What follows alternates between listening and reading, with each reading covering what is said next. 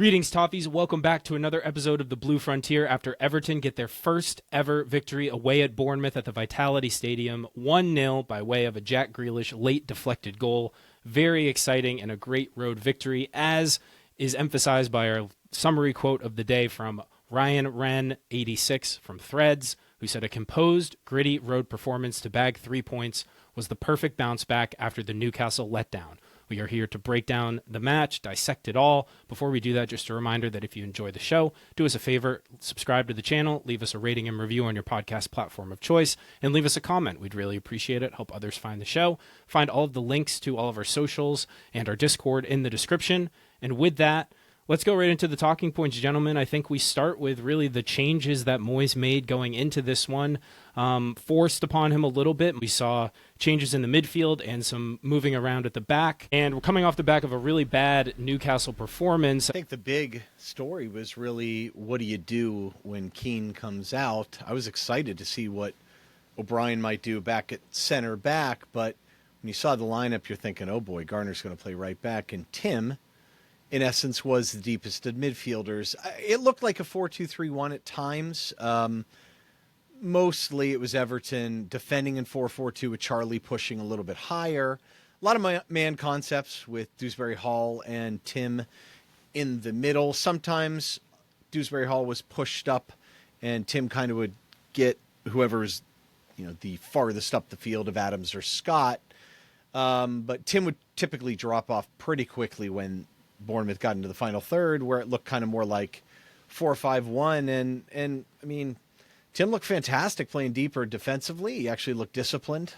Scanning was very active, things like that. You still saw a couple of hints where he was trying to dribble unnecessarily, got bailed out a couple times on it, but he made a massive difference because suddenly he had this physical player in the middle. He could help protect the center backs, and in attack it was pretty fluid, and they were just conscientious of staying and snapping back into shape. And I think Evertonian should be pretty impressed with David Moyes' response to that, a fairly quick turnaround and getting Tim to play with a little bit of discipline, which has sometimes been part of his problem. So at least seeing that on the defensive end, I thought was just a massive reaction in very difficult circumstances. Yeah, and then I think we go into our second point, and it's a pretty simple one. It's Antoine Semenyo. Of course, we've talked about him before, looking at our PL preview. For a while, I would say he was the player of the season. He's really good, and I think Bournemouth are, of course, lucky to have him. I don't know how much longer they'll have him, of course, given the release clause news that came out of just kind of his low number compared to his real kind of ceiling talent-wise. But he's just somebody that you almost have to game plan around just because he's so physically gifted, as well as just the ability for him to take on players. And he's kind of one of those guys that, of course, he'll play one side, but he can kind of roam freely, and just you wouldn't be surprised to kind of just see him anywhere on the pitch. And so, you look at kind of just the way the game kind of shaped out. Of course, attacking more on the left side, 47%. You see the right side, 33%. Tim was over to the right. So just kind of the one guy to watch out for. And I think Everton, for the most part, did a really good job containing him. Yeah, he's a big problem for a lot of teams in this league. And on the day, really, Bournemouth created very little besides what he was able to do. And I think, look, it's no secret that Bournemouth had a bit of a talent exodus this summer, and they've reloaded to an extent. And he was kind of the guy that was left with a huge opportunity in that team to step up, and he's done so really well. But credit to Everton, with a bunch of changes to their defensive shape and midfield shape, still being able to contain a player of his talent. I thought that was really impressive. And then I think the other talking point is really when are the center forwards going to score? And you think, with limited chances, when is one of them going to step up and just bang a couple in off minimal chances? And it was just something to watch out for. And I think in this match in particular, Barry was aggressive about getting into some good positions. Some of this too, it's not just about the finishing. It's about the XG creation as well. And I thought Barry did a good job creating a couple chances. One in particular, running in behind, he got to a ball that maybe some guys wouldn't get to. But he didn't finish well. I don't think he was particularly good. Some people said that it was his most fluid, most involved performance. I think some of that's very true, but think he was pretty gassed by about the 75th. Maybe playing him 87 minutes the match before, a couple days before, wasn't the brightest move. I just don't think he did particularly well. Just touch wasn't there, finishing wasn't quite there. But he's still young and still promising, and I thought Beto came in and did a much better showing, even if Beto really didn't get a chance to finish. Yeah, I think we have this from Who Scored that just pointed out, using presumably their model, biggest XG underperformers in the Premier League this season, and 1 and 2 are Thierno Barry and Beto. And some might say, oh, this is disgraceful, yada, yada, yada. We need a striker. There's all sorts of dialogue going on. I'm taking it as a positive that our strikers are underperforming this much, and yet we're still getting the results we are. Just imagine if they start finishing. And as you mentioned, Ryan, like Barry had a number of decent chances today. These are the lumps you have to take to develop a young player. This is just kind of the product you get of a player who's really ascended through the ranks of world football very, very quickly, and now he's at the pinnacle and has to just adjust. I think some of that is true. He didn't finish particularly well last year, but Correct. There is a trajectory here, James, to your point. You know, as you get comfortable with the league, maybe you settle down.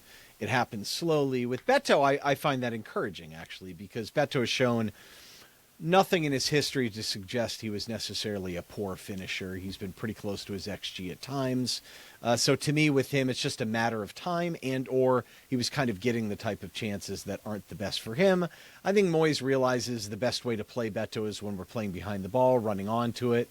I think we'll see that going forward, and at least Barry has shown a little more fluidity in the ability to play within the team construct. I think the challenge you have here with this partnership is that you don't really have that player that when you have sustained possession in the final third, that they're going to be the guy to finish.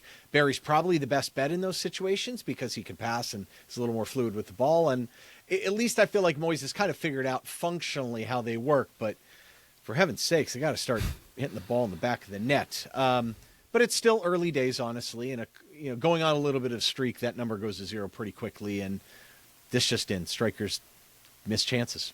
It's just how it is. Every single one of them does. And so, yeah, I think I view that a little more positive than I do negative, and think it's a little bit matter of time personally. However, let's be honest, the striker was not necessarily the story from a lineup standpoint. And I think the Keane being out was a little bit of a surprise. Are we surprised at their response to that with the lineup, though? No, I mean, I was happy to see it because, firstly, Jake O'Brien obviously coming in as the replacement at center back is just so welcome. We've seen him be forced out of position for so much of his first team appearances for Everton. So just seeing him get that opportunity to actually play the position where it turns out he's pretty decent was great. And we've seen Garner obviously fill in at right back a couple of times now. And I think what you get with Garner at right back is a little bit more coherent going forward, and certainly helps us in possession. So I was, you disrupt the back line, not like they were fantastic against Newcastle, but you disrupt the back line, any kind of disruption, you kind of wonder what the impact of that is. But overall, I thought it was very positive, and was good to see Charlie get an opportunity. Obviously, again, continued minutes, and going into the match, I was interested to see what Dewsbury Hall would do, how that shape would play out. Ryan, you talked about it a little bit. Dewsbury Hall kind of supporting a little bit deeper, but still getting forward on that left side to support Grealish. And I thought he did pretty well on that in that role. I'm curious your guys' thoughts. I mean, Tim was a concern for me, and I think Moyes kept his role pretty simple. Didn't see too many examples where he was in difficult positions, turn the ball over, do something stupid, so that was good. I was a little surprised Jake was on the left, though. You know what I mean? I mean, I guess you want to build continuity and keep Tark, I guess, on the right, but that was a little strange to me, and obviously Garner's coming over there. So, I mean, there can be reasons for that. Nothing completely nuts about it. I just think we've gotten to the point with the side where, I mean, what else could you do? I mean, there just aren't that many options because of the injuries. That being said, Bournemouth had plenty of guys out too, and a couple guys out temporarily that I think was very helpful. Yeah, I mean, Bournemouth, little old Bournemouth. I mean, we talked about it before getting on the pod. If I'm 5'7", Bournemouth are definitely 5'7" as well, and Everton are the 6'7" team. So it's just little old Bournemouth, a lot of injuries and a lot of suspensions as well. Marco Senesi is a big one. that I think really affected today's game. Lewis Cook also too, he slapped somebody or elbowed somebody, so took a page out of kind of the Dyche handbook. And David Brooks, who always plays well against us, right? So that was actually kind of good to see that he was out. And then some other injuries, Ryan Christie and Ben Doak. Brian, I find it hilarious that Ben Gannon Doak is like now his thing, putting Gannon in that jersey. But they had to replace some serious talent, and we talked about it in the PL preview. I think you look at the two center backs, right, Ilya Sabanya and Dean Hudson.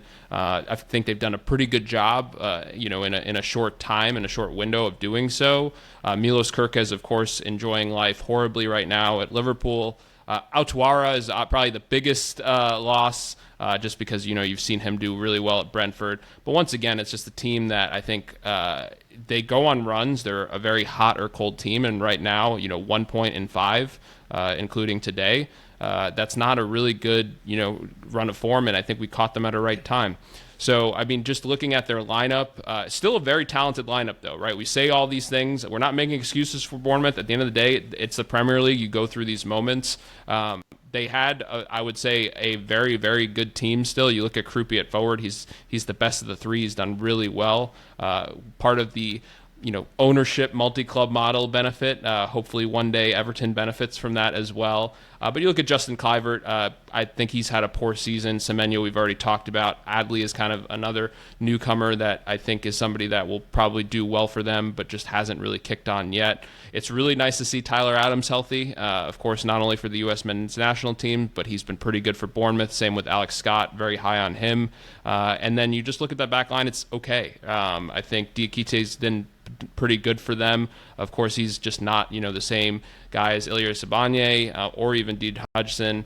Truffert has been very, very good for them. I think an upgrade from Kerkez, so they did well, and Alex Jimenez on loan has been pretty good. He's definitely went to the Adam Smith shithousery school just because he loves to pick fights. And he, for whatever reason, so does Justin Kluivert. Yeah, just crazy. And then Petrovic, I think, is the big one. Of course, many Americans know from his time at the Revolution, but believe it or not, you look at who scored, or FB ref, sorry, he's dead last in regards to post-shot XG, given up 24 goals, expected 19.7. I've watched a lot of Bournemouth this year. He hasn't been up to his standard. He's led a lot of kind of, I would say, goals that are pretty good or pretty confident you'd see him save on another day. But once again, when you play Everton, you have your best performance, that you've had of the season, and he was pretty good today.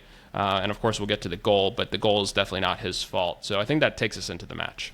Yeah, he was, for sure. One thing that's worth noting, though, is in terms of the guys out, and looking at the production year over year, you're right, Kluivert's way down. I mean, but he had 6 penalties last year, too. But still 18 goal contributions. Ouattara had 11. Those are gone. Evan Nielsen had 10 goals. Where are those? And so, and even Kerkez, I mean, he still had 7 goal contributions. So, I mean, you are missing a lot from that regard. And I think if Doak was healthy, he at least gives you another dribbler. Brooks gives you pace. They just didn't have a lot of that. And I think getting into the match generally was sloppy. But, Sean, we brought up this point last pod about how to play against this team. And a lot of teams want to get on the ball and do some other stuff. You really have to go at them. I mean, you have to play vertical. They want to play vertical. And it seems like the teams that have done that have been willing to press them just as well as they want to press other people and go a little more vertical, have had success playing their game against them, basically. And I think there was a decent indication that we were trying to do that. I mean, you look at the start of the game, I mean, it's a sloppy game, which suits Everton, right? And then you kind of see in the 21st minute, really the kind of first piece of action, Tim with this late challenge on Antoine Semenyo. And it's funny, right? We talk about just kind of the physical nature. I don't blame Antoine Semenyo for being upset. If Tim tackled me like that, it would hurt a lot. He's just, we talk very positively about Tim, the physical specimen. Sucks that he's suspended for the weekend. Of course, we'll talk about that. It leads to a really decent chance, just kind of, a little bit of pinballing in the box, gets it to Antoine Semenyo, and very good moment for Jordan Pickford, big save, and I think for us, just kind of, we get away with one, but I'm also happy for Pickford after kind of Newcastle and just, getting his confidence back up. Yeah, definitely needed Pickford to bounce back, but we know that he's pretty mentally strong, and I wouldn't expect anything less from him. Those Newcastle games and the like are definitely the outliers, at least in recent years. About 4 minutes after that, I did notice this is where Mykolenko has a really nice sliding challenge to stop Bournemouth in transition, and in transition they can be super dangerous. It leads to a Kieran Dewsbury-Hall shot that doesn't amount to much, but it looked like Bournemouth might have a numbers going forward, so that was a crucial block. And then you kind of go through this period again, as you guys both mentioned, kind of cagey, not really a lot of coherence to the match, a little chippy at times. There was like the Grealish with Jimenez. There was a lot of kind of pushing and shoving and yelling at one another and trash talk, which is, all well and good. Love to see that type of stuff. But then in the 41st minute, Barry, with his first of several headers, almost gets it on target. There's another header, I think, off the ensuing corner that actually goes off Scott's head and bounces off the crossbar. And yet again, Barry, near post, we were just pinging him into that near post, and Barry gets his head on it. It hits the post. Petrovic makes, I don't think he actually got credit for a shot on target for this, but he does. Petrovic gets his fist to it to get it clear. We were just looking for the near post all day, kind of a departure from the usual back post strategy of years prior, but threatening from Everton regardless. And then right in stoppage time of the first half to take us home, this was a nervy moment, of course, with Krupi scoring on the very death, the last kick of the half. But there was a touch in the build-up as it's on its way to him that played him offside. Kind of sloppy defending, but actually rewatching it, I think Tark does pretty well to kind of hold his tracking of him to maintain the line and play him offside. So smart, savvy defending, and saves our skins. And probably would have been undeserved. I mean, if you look at the first half stats, 7-1 in shots. Everton with almost a full 1 in XG, and Bournemouth had the one shot, which, Semenyo's chance was big, and Pickford made a very good save. It was a very good shot, though. He struck the ball fairly well. And look, Everton were pinging the ball around a little bit. Pass accuracy wasn't good. They were sloppy, but it really didn't matter. And Bournemouth were a little more accurate, but not generating anything. So I think it was the style of game that we wanted. And while there was no score at half, I think Everton had to feel pretty good going and coming out of halftime to think, okay, we're in pretty good position here. We're playing fairly well. Yeah, absolutely. And then we get into the second half, and shortly after the half kicks off, Mykolenko gets his yellow card for a high elbow. Nothing super noteworthy there. Was definitely it's a nonsense yellow. Nonsense. Tell us more, Ryan. Tell us he more. Did nothing. God Lord, it was such a diving, play acting. He was looking at him like, are you kidding me? And by the way, Bournemouth, they had some people on that team that I did not realize were so, I expect Tyler Adams to be combative and tough, because he is, and I'm glad he is. He's a good player. But some of the other guys, it just makes me laugh sometimes. It's almost like American football players fighting with helmets on. It's like, what are you going to do? Punch the guy in the face mask? But when you see some there's that. When you see some 5'7" fullback try and get someone's face and Jack's not the smallest guy. He's staring what are you doing, man? It's just childish. Just you're not going to do anything. If you breathe on me, it's going to be a red card. So stop acting like a tough guy. And I really wish they do kind of off-season, get in the ring type bouts, to see if these guys are really as sturdy as they sound in the match. And I'm sure they wouldn't be. But yeah, I'm just a little surprised at some of the interactions from Bournemouth. Yeah, nothing super specific on that other than those types of plays just always feel like a game of chicken of who can try to get someone to make a move at them so they can pretend they got hit in the face and roll around on the ground. And that type of stuff is embarrassing. I really wish they would do a better job of kind of officiating it out of the game, but it is what it is. That said... But, Bournemouth, that's how they play, though, a little bit. Yeah, sure. I'm pretty sure they lead the league still in fouls. I think they're tied with Wolves. Wolves maybe have a few more, but they're second behind. And then Victor Pereira is not there anymore to urge people on, to hack people all over the place. But that's how they play, and that's fine. You know what I mean? That's perfectly what they do. They have a lot of tackles, a lot of interceptions. I think they're second in the league in challenge intensity. So... more power to them if they think that's going to work, but it certainly hasn't worked as well this season, and they're on a downward slide right now, so I'm sure they're clutching at whatever they can, they think, to give them the edge. That being said, soon after the second half, I mean, this is a really big chance. And I think what's problematic about it from Barry, a lot of people are like, oh, has to score or whatever. But I think he deserves a little bit of credit for even getting to this ball the way he did.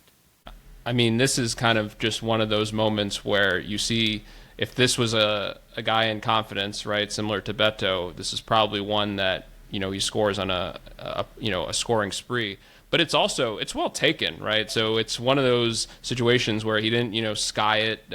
I think he lifted it up, and I think Petrovic, to his credit, cuts the angle off really well. And like you said, Ryan, I think Barry does a good job of making the run, getting to it. It's just kind of one of those, every shot that Barry misses, whether it's a good take or bad take, it's just going to be frustrating at the moment until he puts one in the net.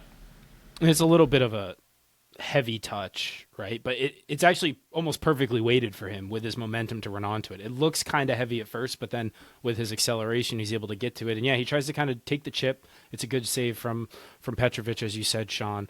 And then there's a corner after that where it's almost another chance. Garner's deliveries were pretty spot on for most of the night. A few minutes later, Semenyo gets another shot. He's just the only option they have. Pickford saves it low. It's kind of right at him, so he just smothers it. 64th minute, Bournemouth get their first corner and do basically jack squat with it. And then just a minute after that, Njai and Garner do incredibly well finding space down the right-hand side. They cut it back to Barry, and this is where you just kind of feel for the guy. I mean, this shot is not even, it almost went out of bounds for a throw-in. It was not even close. Unfortunate, but that leads us into about 13 minutes later. There's kind of some back and forth. It's still super cagey. And then the moment that brings the traveling Evertonians to their feet. So one thing to quickly say about this, Tim actually is the one that starts this with an interception in the kind of middle of the field, and then it gets to Charlie. Charlie does a really good job here because instead of just kind of making that initial pass, which I believe Tyler Adams tries to close, he actually moves forward, right, which kind of opens the angle to get it to Jack. And finally, right, I mean, the amount of times we tell Jack Grealish to shoot, and of course it's not his prettiest shot, it's not going to be his prettiest goal, but these are the things that happen, right, when you take those chances, and it's just kind of the perfect deflection off Diakite, and of course Petrovic just completely stuck to the ground, nothing he can do, right? So in no way, shape, or form criticism on his end, but I think for us, it's just we're in delirium because, one, it's just kind of one of those games that I think at halftime, if you get a point out of it, you feel pretty good just given the run of fixtures. But then, two, this is a place we've never won, right? And how many kind of nightmare performances have we had at Bournemouth? And so to kind of be up 1-0 with the cast of characters that we've had to kind of, makeshift lineup with, it has to feel incredible and did in that moment. Can we please just dedicate a minute or so to talking about an on-loan player kissing the badge in a goal celebration? Like, I'm not a purist, and I know these gestures, and Ryan's rolling his eyes because he's like, this is so stupid to talk about, which is totally fair. The badge kiss, I know Grealish is really happy to be here and all that, but, like, the badge kiss, to me, it's silly, but it means something. Like, you have to have a real affinity for the club, and, like, you're a club captain, you're a boyhood fan, something to that effect. I appreciate the gesture, but an on-loan player kissing a badge, I don't think I've ever seen that before, so it just struck me as kind of bizarre, but it's clear that after a couple tough seasons, he's really enjoying the opportunity to play every week at Everton. I mean, yeah, I just can't wait for the documentary to come out, James, about the first loan player in the history. And of course, it's going to be Jack Grealish somehow, and just what Everton meant to him. And like you said, I can really empathize with all the fans that just truly are loving Jack. I'm loving the wholesome content that the club has been doing with Jack. Is that one a little bit over the top? I would say so. You haven't even played 20 games for the club, and you're kissing the badge. I mean, I don't know. I just think it cheapens it a little bit. But regardless, he did score the winner, and we're very thankful to him for it and thankful for all of his goal contributions so far this season for Everton. Right after the goal, Moyes wants to secure the win. We know Everton at Bournemouth has been we've had some tenuous leads in the past, let's put it that way. And so he makes the sub. He brings on Beto and McNeil for Thierno Barry, and Charlie comes off as well. We talked about Barry and Beto quite a bit at the top. Barry's performance today, Just wasn't happening for him. He did get the service. I think that's been a pitfall of his performances so far this season. He just hasn't really gotten the service. You can't say that today. Ryan, you talked earlier about he did manufacture a number of those chances himself. That said, 11 touches in the box, 4 shots with an XG of 0.8, post-shot XG of 0.23. So the finishing is just not quite there. At least he got a shot on target. Yeah, I mean, he was 6 of 17 in duels too. I mean, which it wasn't his best job. I think with him, obviously it's a little early to judge. But when your XGOT, your post-shot XG coming into the match, compared to your XG of 2.38, when it's like 0.18, one shot on target out of 15, that's not good. However, being patient, I do think it's important to look at past performance. I mean, is this a guy that just can't finish? And I don't think that's really the case. I mean, last year, La Liga, which I think is pretty much as good a league as the Premier League. People aren't going to like that I said that, but it is. It's different in different ways, but it's certainly right up there with them. I know. The Premier League's the best league in the world. I get it. But anyway, he had 11 goals from an XG of 12.41. But what I'm more interested in is what's his post-shot XG? And it's almost 12. It's 11.88. That's not that bad. I mean, and then you look at the year before at Basel, Super League. 9 goals. Okay, not great. His XG was 11.54, but his post-shot XG was actually higher, 12.129. So that's an indication the keeping was very good or he was unlucky. So the point is there's nothing historical that would indicate necessarily that he's a poor finisher. In fact, I would think now that he's at the top league in the world by a mile, right? It's the greatest league ever created. They should just call it the Super Duper Premier League. The point is that, look, his performance can only, like, there's no bigger league for him to go for. So you'd expect it to get better and better. And I think over his career, his shot on target percentage is like 34%. Like, so he's not going to shoot like under 10% for his career. So I think in some ways it is encouraging that he's getting chances. Eventually he will start finishing, I would think. I just don't want to hear people whining and crying and pulling a Moyes Keane, because we've seen what Moyes Keane can do now. So be patient with the guy. He'll be fine. At least he's contributing in other ways. Yeah, and I think it's just, again, I mean, I tempt fate with this statement, but he's been pretty poor. He can't do too much worse. It's like there's really nowhere to go but up. Not in that aspect, right? But I mean, look, you see certain things about him now. Exactly. He's starting to make some 1-2s, some fluidity. You see how good he is on the ball. Like, he can really carry a ball and dribble. The ball's not flying all away from him all over the place anymore. He's starting to show more physicality. I think that's encouraging. And yeah, I mean, he can only go up from here. And look, the team's still succeeding, right? Yeah, they're playing all right. And if there's one thing Everton fans have grown to developed a taste for, it's a striker who doesn't necessarily score but contributes in other areas of the pitch. We've seen a lot of that in recent years. So appreciate the nuances of the game, folks. Regardless, we'll move on. After the goal, I think both teams really had maybe like one other chance. Njai had an opportunity late on, and then Bournemouth came down the other way and had one. But for the most part, kept them at arm's length. And even though they had most of the ball, as might be expected, I think 68%, 8-2 in tackles for Everton. Njai had 2, Tim had 3. So did very well to defend the lead, disciplined, kept the shut up shop, and just preserved the away 3 points, which was fantastic to see. Yeah, I mean, I want to add, this is probably one of Bournemouth's worst home performances I've seen in some time, and I think we deserve a lot of credit to that.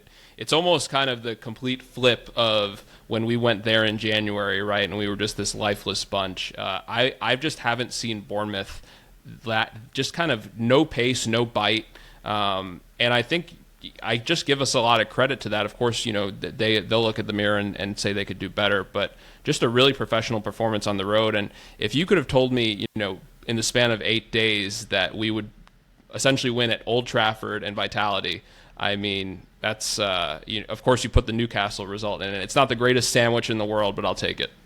Well, regardless, this is a team in transition. There's no doubt about that. And said it last episode, you're going to have the ups and downs. We got the up, we got the down, and now we're on the upswing yet again. So this is just the nature of a team that is just, reminder everyone, one window into what will be a multi-year rebuild and hopefully on the ascendancy.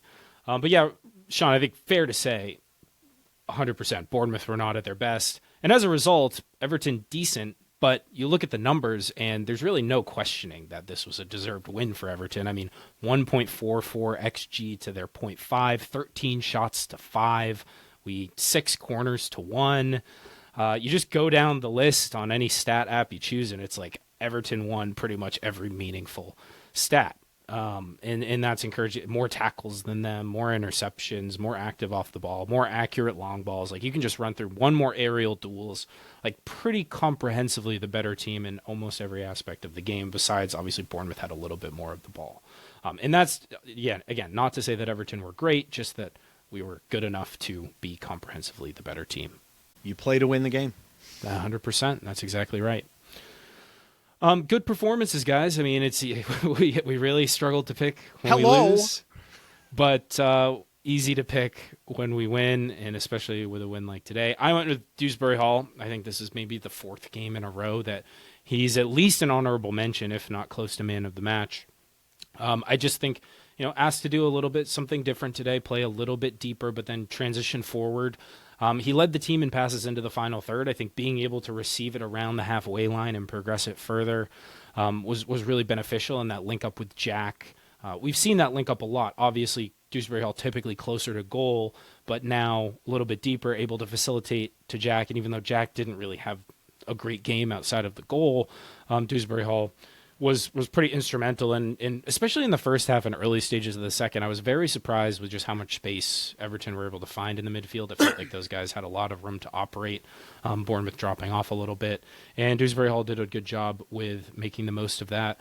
Again, sort of tumultuous changes in midfield, and the team adjusted and performed well. So Dewsbury Hall gets another mention from me today. Yeah, and then my man of the match, it's Captain Obvious. Jimmy Garner, the usual, 76 touches, 2 chances created, 6 recoveries, 7 duels won, 4 on the ground, 3 aerial, 2 clearances, 2 fouls won.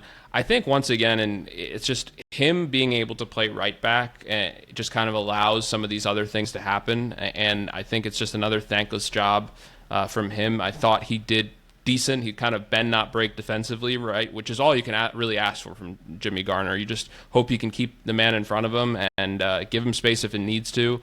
But I also thought, too, as James mentioned, some good corners. Thought once again after the goal, did a really good job of just holding firm defensively. Bournemouth love to score late goals, right? So the fact is that we were just able to really kind of just set up shop, and for them to not be even threatening was just kind of really surprising. And of course, you give our team all the credit for that, including Jimmy Garner. But I think just a really good professional performance. But I'm really excited for Ryan's man of the match, just because I feel like the episode was building towards this. Well, now I feel like changing it just to spite and screw up the whole episode. So contrarian. Yeah, I know. It's me. I can't help it. It is. I am definitely the raging nonconformist. Yeah, I went with, some call him Tim. Tim the Enchanter. Tim Iroegbunam was my man of the match. Whereas Dewsbury Hall, I don't think there's ever question that he's going to do fine on the ball. He's never going to be a real sturdy player in there. And I think when I looked at that lineup, that was my concern. Like, who's going to really stuff the other team? Now, don't get me wrong. It was helped by Kluivert and his diminutive self not really imposing his will on the match at all. But a lot of that's Tim. I mean, Tim really stuck to the middle of the field at times and just stuffed anything that went really down the middle. And look, he drives me crazy with his over dribbling. It's nuts. He's got to break that habit. I don't know if he ever will. But he's got the physical tools to hold people off every now and then doing it. And look, he had 51 touches, was only dispossessed once. Fouled a couple times, probably got bailed out once or twice at least. But look, he won 10 of 15 duels to lead all players. 9 of 13 in ground duels. He had 7 tackles. No one had more than 3 on the pitch. 7 recoveries, third right behind Pick and Semenyo. 3 for 4 in long balls, 4 passes into the final third. So he wasn't incredibly supportive. But when he stayed deep and picked up the ball and pinged it around, he showed some aptitude to do it. So to me, without him there, I don't think the other guys can kind of do their other stuff. And so to his credit and to Moyes' credit, really, to get him to play disciplined, at least at a minimum, defensively, rather than get played past, It was a massive performance for him. I haven't seen him play that well in an Everton kit, at least defensively, in that deeper role, ever. And it got you thinking, like, geez, I wonder. I don't really wonder. I don't think it's the case. But he's not that old. And, you can't totally replace his brain or anything, but he's only 22 years old. And, he can make mistakes at times and make up for those mistakes. He's turned out to be a decent acquisition. I mean, certainly it was just a PSR deal, and we definitely got the best of that one. Moving along now to the back half of the episode, we've got a number of comments and some good ones. We start with this from the Squawka official account, just an interesting stat to highlight, and that is most Premier League away wins since David Moyes' first away game back at Everton in January 2025. Arsenal 8, Everton 8. I believe I also saw that Everton have picked up the most points away, so we got a couple more draws than Arsenal have. And as we said a number of times, Toffees' first ever away league win against Bournemouth. And we've talked about the road woes for Everton in years past. This has been a pretty persistent issue for this Everton team, getting wins away, and David Moyes has corrected course, and all credit to him for instilling the mentality into the team and executing well enough to get those valuable away points. We know how hard they are to come by in this league. Yeah, and then our next comment, a view from the Bullens. I find this comment pretty funny, actually. The Everton supporters love Jack Grealish. Jack has given the club something really different. I want to call him a top footballer. David Moyes and Jack Grealish. I want to call him a top footballer. Why don't you just call him a top footballer? Like, what's stopping him? That would have been the follow-up question I would have had. But then, of course, the Jack Love Fest continues, right? And then Jack is interviewed. This tweet is by Ian Kroll. I love the manager, David Moyes, to pieces. I can't speak highly enough of him as a person and how he makes me feel and how he makes me want to play for him. Credit to him. I mean, just if the world could be as happy as Jack Grealish, everything would have been solved by now. So it's just... I don't know what's in the air. I think love is in the air between those just two. Kiss but, already. Yeah, I know. They kiss the badge, right? So I think, it's just... And, of course, AI, I'm sure, can have fun with that one. But, yeah, it's just... listen, he had a great game. I'm really happy that he's, found joy in football, and I think we've talked about that before on a serious note. But some of this stuff is really, getting to be over the top. But once again, it goes to also David Moyes, and just, he is a great man and manager. We've talked about that, and it really feels like a lot of these kind of core figures of the club are really enjoying playing for him. Definitely good man manager for people that are older and playing. This is like nails on a chalkboard to Ryan right now. Just seriously. It's funny. I was about to get into listener comments and bring up the Everton Happy Sad Reversible Critter Ball soft toy and mention that Blue has put in there the happy version of it. But now I'm just getting sad, and I need like my own like irritable, slightly disgusted reversible Critter Ball soft toy. I don't even know what to say. I feel more kind of empathy and joy looking at a plushie like this than listening to that just absolutely absurd banter. Just makes you sick. But I'm happy that people are happy, I guess. And it's a great win. It's good to have I'm happy that people are very happy with Jack Grealish. I think you take a step back and you look at the future and what we're going to do with the potential buy clause, option to buy, and so on and so forth. Not exercising that. That would be the stupidest thing the club has ever done. I want to get away. Is a joke. Ever done, Brian? No. Ever done? Come on. The Dele Alli deal is not like... The Dele Alli deal is the dumbest. Selling Luka Dean and then firing. Yeah, ever done is, I think, a bit extreme. It's not good. Fair. Yes. I take that back immediately. I apologize. There are very few players who I could picture loving David Moyes more than Jack Grealish. The setup was just perfect for him. It's great. He's contributing, and we're getting some good wins. And look, the big picture... I think I can't remember who it was on the Discord, but basically said you just got to enjoy the wins. We don't always have to think about, the 3-year, 5-year picture. Though I do appreciate that's the perspective that Ryan always keeps in the back of his mind. I'm excited the fact that maybe we'll finish 9th instead of 15th in my 9th through 15th. That's really what we're trying to do here. That's We're right. in 10th. That's my job today, apparently, on this episode, is to bring us down to the realm of reality here. Okay. That being said, let's talk about going forward, too, because it really was a great win and a good performance, I think, and you shouldn't take away from that. However, Tim has a little bit of an issue here. So Prince Rupert's Tower at PR Rupert's Tower. Too bad Moyes has to immediately try a different midfield setup because of Tim the Wizard's yellow card. I mean, just like that, the conjurer appears and goes away, or the enchanter. He enchants and then leaves. I don't know what we do here. Now, let's hope. Now, if Keane's back, it's a little bit different.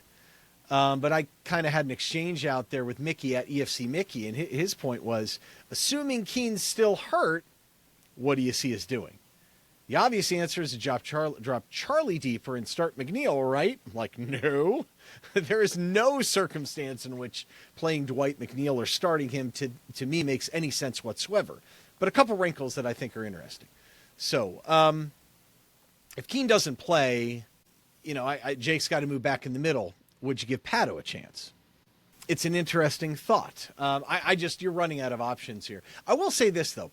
Even if Keane is healthy, it was so obvious to me the difference between Tark playing with O'Brien. And it's just a combination, I think, there that's not great. So let's get to that in a second. First, I think the chances are it sounds like Keane's going to be okay, right? I mean, according to David Moyes. Yeah, the comment from Moyes was he had a little bit of an injury going into the Newcastle game and played, but unfortunately he couldn't make this one. We don't know how long he'll be out. We hope he might recover quite quickly. A little coy from David Moyes, but sounds like it won't be more than maybe this coming match, and then we can expect Michael Keane to return.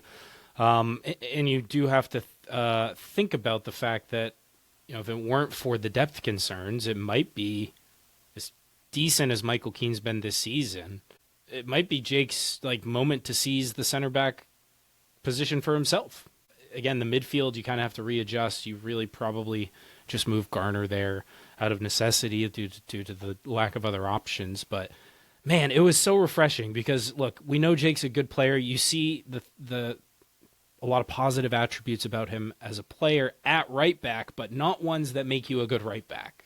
Like you see the athleticism, the defending in space, the one-on-one defending, and he does a fine job some games, but he's just so exposed so often. I just really love to see him get a run of games in his actual position because it was a breath of fresh air, and he looks not completely out of place as a 6'6" center back, and he does it right back. So, right, and I think that's what kind of these series of quotes are right afterwards, which I think are really good ones. First one's from Scott EFC at Evertonian in New York. After the weekend, that is a brilliant result with the frankly makeshift team. And I think that's really the big deal, right? I mean, it's one thing to have a good result down there. These guys aren't playing that well, but we had a makeshift team too. Might not be pretty, but much better defensively. O'Brien is a much better center back than a right back. 10 times more effort, way more solid all around. Lots of tough fixtures coming up. We really needed that. Agree. And then I think Nebula brings up a common theme here, guys. Yeah, Nebula, 1979, also had the longest score prediction in regards to summary that I've ever seen. So just, Kevin, I always appreciate the level of detail you bring. It's just music to my ears. So he writes, first defeat at home for Bournemouth, back four with James Garner at right back, Jake O'Brien at center back, so much better. Tark's best outing for some time, no shocker. He and Keane don't work, Barry unlucky. Kieran Dewsbury Hall showed he can do it in the midfield. Big hand for Tim, who was excellent. Charlie for first half, but stepped up. What a week. I think we've talked about it. I mean, yeah, there's a lot there. But really, the Tark-Keane combo not working. I mean, even if, let's just say, you put Jake next to Keane, I think you'd see a better Keane. And, of course, Jake would be, still Jake. Here's a crazy shout, right? Wouldn't it be crazy if David Moyes put Adam Asnew at right back? Yeah, that would be incredibly crazy because he won't even play him when we need a left back. We have no one to play left back. That would be crazy, and that is not going to happen. So, but I like the ingenuity. I like the. But would he play Patterson? I think he would. I mean, he just has to hope that he can make it longer than Seamus. He was on the bench. We just need him to make it 15 minutes, and then you could change things up. It was well- interesting to see him on the bench, so that was good. If being on the bench was any indication you would play, Adam Asney would have about 500 minutes to the far this season. So I think we're just kind of filling spots, trying to warm the seats on the bench so that we can keep, not receive a fine or whatever you do if you don't fill a full bench in the Premier League. But I am saying, like, in theory, if Pato is able to go 60 minutes, would you rather have Pato in there than Keane? Probably not. But I do find it a little bit interesting. Or you really mix it up and play wingbacks and play three, even if Keane's healthy. I don't know what that looks like a little bit, but I don't know. Just things of interest. I think we're running out of players at this point. Yeah, I mean, I think it's an emergency. To be fair, it feels like it's been long enough since we've actually seen Nathan Patterson play that everyone's memories have kind of forgotten how we've learned umpteen times now that he is just not good enough to play for this Everton team, but maybe this will be the time. Maybe this will be the time when he finally shows it and he's given his opportunity. I hope so. Look, I want him to do well. I just have seen basically zero evidence that that's going to happen, so I remain skeptical. The second crazy thought I have is essentially putting Njai in the middle and Tyler Dibbling getting some minutes, right? And then you kind of just have the ability You need to... Dwight McNeil. Well, Dwight McNeil's another one. Like, that's actually, I would say, somewhat likely, right, for him to play further forward and Charlie and Kieran Dewsbury-Hall to kind of sit back. I just don't think you could put Dwight, next to KDH. Like, it just, he's just not. I mean, I don't think you could put really Dwight at the 10, but, like, at the end of the day, it's just, if you're going to put him somewhere, like, it's just kind of. I don't think you can really play Charlie deeper, can you? I don't really. I agree. I agree with you, James. I just think it's kind of the lesser of two evils. Like it's just it's not a good situation. I think just even talking about it, right? I think you could. I would actually play I'd say defensively, I'd rely on Charlie playing deeper than before Dewsbury Hall. Maybe not on the ball though. It's just different type of players, right? Charlie likes getting the ball deep and running with it, Right. Dewsbury Hall can run with it, but you'd rather have him getting on the ball and possessing the ball. I mean, the thing is, whatever happens, somehow Dewsbury Hall needs to continue to have enough freedom to be fluid and get on the ball. And I think if that happens, then I think at least we'll be able to support the attack. And who knows, maybe our center forwards will actually score a couple. I'm still waiting for that game to really break out where we bang a couple in and the center forwards are really part of it. No one says we have to win matches 1-0. We can be a little bit open. But yeah, I just think it's going to be interesting. But yeah, now I bring up the Dwight McNeil thing because it's not going away. And after even a win like this, people are still making comments. Jackson Bugle's not the only one, too. I mean, he was just an illustrative of one. But his comment is, I want whatever Moyes is on to think that Dwight McNeil can do more in 10 minutes than dribbling Dibbling. All I saw was him lose the ball, go short on runs, and make a decent block. Dibbling deserves more minutes. It's not going to go away. I know it's a good win, and as a result, maybe it's slightly ignored. But I just don't get it at all. Whatever. Anyway, I would say let's go forward and kind of look at the next match and look at the schedule going forward, because I think it gives you some ideas and maybe we could do in the marketplace when that kicks in. I would think we're going to bring in a couple people in January, maybe. But I think the next match is an interesting one because although Forest has a ton of players just in general, I just feel like they have an endless supply of footballers.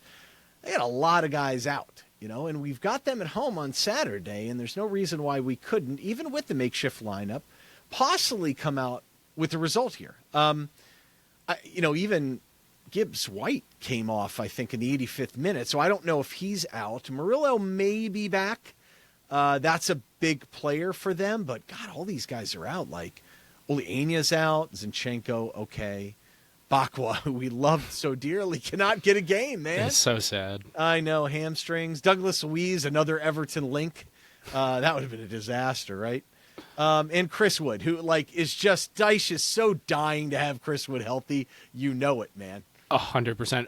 Although, and Ryan, I agree with you on Douglas Luiz, but we did just spend a few minutes debating whether, Dwight McNeil or Charlie Alcaraz should play in midfield. So, I don't know, maybe Douglas Luiz as an option wouldn't have been the worst thing in the world in trying times like this. Nope. I mean, he may have kissed the badge and suddenly everyone would have loved him and he would have praised David Moyes and then we'd be He might have ripped his shirt like the Hulk. There you go. Maniac. You think so? Maybe. Yeah, I mean, yes, he would help again. But that's why people, like, what drives me crazy is like when we talk about players that are good, that doesn't necessarily mean that it's a good transfer, too. I mean, people have to think of it in context. Douglas Luiz can help this Forest team, too. He could have helped this Everton team. It does not necessarily mean that that's the right transfer. So, anyway, I still think this circumstance is a pretty good time to play these guys. I don't know if Dyche ball is anything that we should be overly concerned about, to be perfectly honest. I do think it's obvious that if we're going to be on the ball a lot, we're not super comfortable with that. So that is a factor. But having a lot of these guys out definitely helps us neutralize some of what they can do. But let's not kid ourselves. There is plenty of talent on this Forest team. Yeah, I mean, you look at also, I think Gibbs White, he did play today, Ryan, so I think he will be perfectly fine for Saturday. The big one for me is Murillo, because Morato is such a downgrade from him that it really kind of just opens up their back line for you to be more confident. But I think the one thing this team is missing is what they had last year, and that's just pace and clinical finishing, right? And so you see, a player like Anthony Elanga, who we saw against Newcastle, right? It's just they're missing that type of guy, and Chris Wood's just not banging him in for fun. Igor Jesus is going to be a handful, but he's just not somebody that I, am just so deathly afraid of. Funny enough, though, right, Forest have also won 3 of 4, so it's just kind of interesting form-wise. They haven't looked the greatest, in those wins. No surprise when you're a Sean Dyche coach team.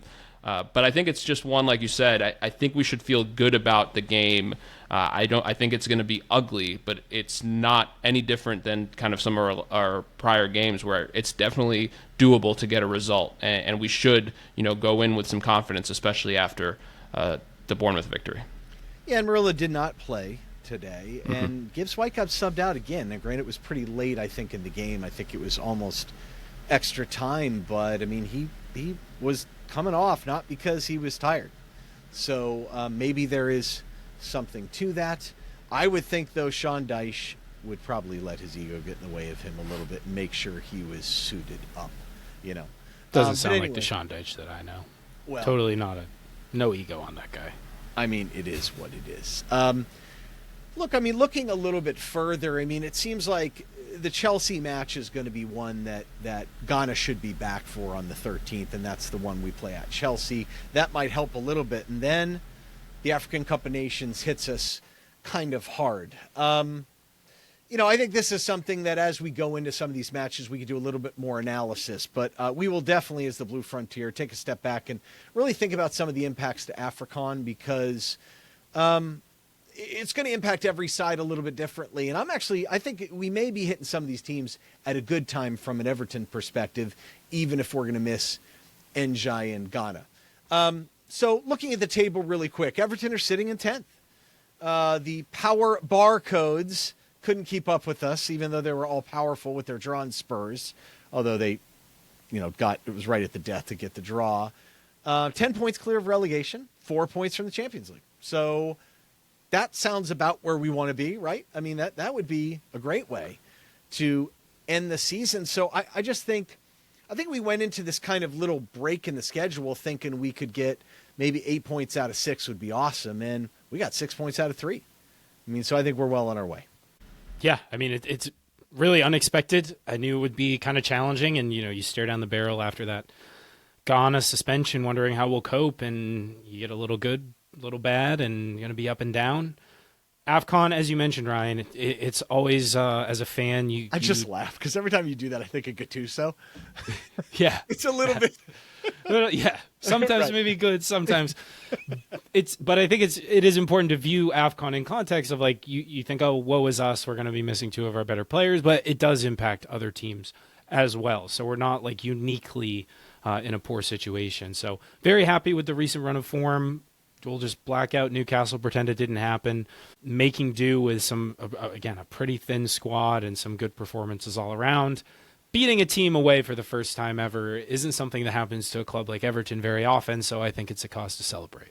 And look, like we said, we don't play a top 6 team until, for a while after Chelsea. So, I mean, the schedule's a little bit tough right now, but there's going to be better opportunities to do well. And January's right around the corner. One player, one way or the other, can make a big difference to this team.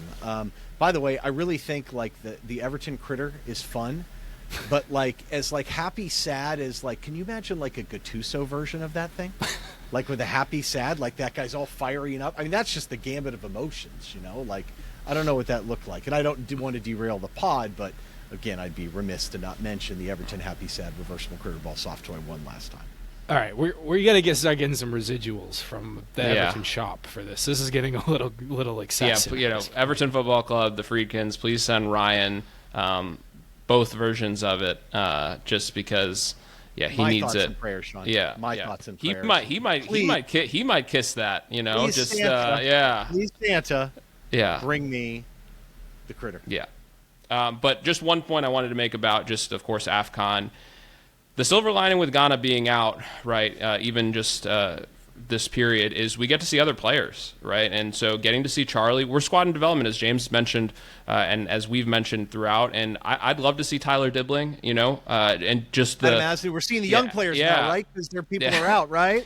Yeah, it's just, so I'd love to see some of these other guys be used, right? And so that's just kind of what I'm looking forward to. Of course, we're going to miss those two guys dearly, but you'd hope somebody like Tyler Dibbling takes his chance and runs with it if he gets the chance, right? Because that's a big if. I'm going to remind you of this when that first match hits and Dwight McNeil's starting at right wing. So, yeah. Ryan, you want to get started with thoughts and prayers? I do actually. My thoughts and prayers are with changing gears a little bit outside of the European football world, going to American football, in particular college football. Today is signing day for college recruitment. I think our English listeners are going to be like, what on earth are you talking about? But it actually is a big day, and my thoughts and prayers go to the Penn State football program. They fired a coach that was a kick away from basically being in the national championship game, to not having a coach at all and having about their first 7 or 8 candidates turn them down, firing a coach without a plan. And today in signing day, literally having people decommit and go elsewhere because they don't even know the coach that they're signing with. So again, my hearts and prayers go out to Penn State football fans. That's kind of a complicated program to follow, a very popular program. A lot of good things about Penn State University, and I know lots of fans of theirs, and my thoughts and prayers are with them as they deal with this very difficult time. That sounds like Everton trying to recruit the last few Januaries, right? It's just no coach, and just, you know, the transfer portal open. But no, that's a really good one. Of course, it goes back. It always goes back to Liverpool lately, which is kind of just hilarious. They got a massive. Been fun. It's been really fun. Sean. It's been really fun. They got a massive 1-1 draw at home versus Sunderland. Credit to Sunderland again, just an incredible rise to the Premier League. But Florian Wirtz scored his first goal. No, it was further labeled an own goal. So I've never heard Anfield this season like so elated. Like it just, it felt like all the Norwegians were so happy once he scored. And so, yeah, just thoughts and prayers to Florian Wirtz, still looking for his first Premier League goal, as is Thierno Barry. So, it's just we're very rational here. But yeah, thoughts and prayers. Arne Slot, saved again by a goal in the dying minutes. But yeah, that gets us to score predictions. Only 2 this week. Joe Scheidt and Sludvig, so congrats to you both. But of course, coming up for us, we have the Nottingham Forest pod, and then just the kind of slew of Christmas games that will come. Pretty normal schedule. You get the Arsenal-Chelsea games on the weekend, and then after Christmas, it's like 4 games in 2 weeks. So it's a lot, but fun one to record today, guys. And it feels good after a win. It always does. It certainly does. I enjoyed this one, guys. A lot of fun. Hope our listeners enjoyed it as well. If you did, reminder, subscribe, leave us a comment, like the video, leave us a rating and review on your podcast platform of choice. We appreciate all that very much. If we are in your Spotify Wrapped, we already had a couple people flag. Let us know. Send us a screenshot on social media. All of the links are in the description, or join our Discord. All that good stuff. Otherwise, we'll be with you following Forest, as Shan said. Thanks for joining us today. Until next time, up the Toffees.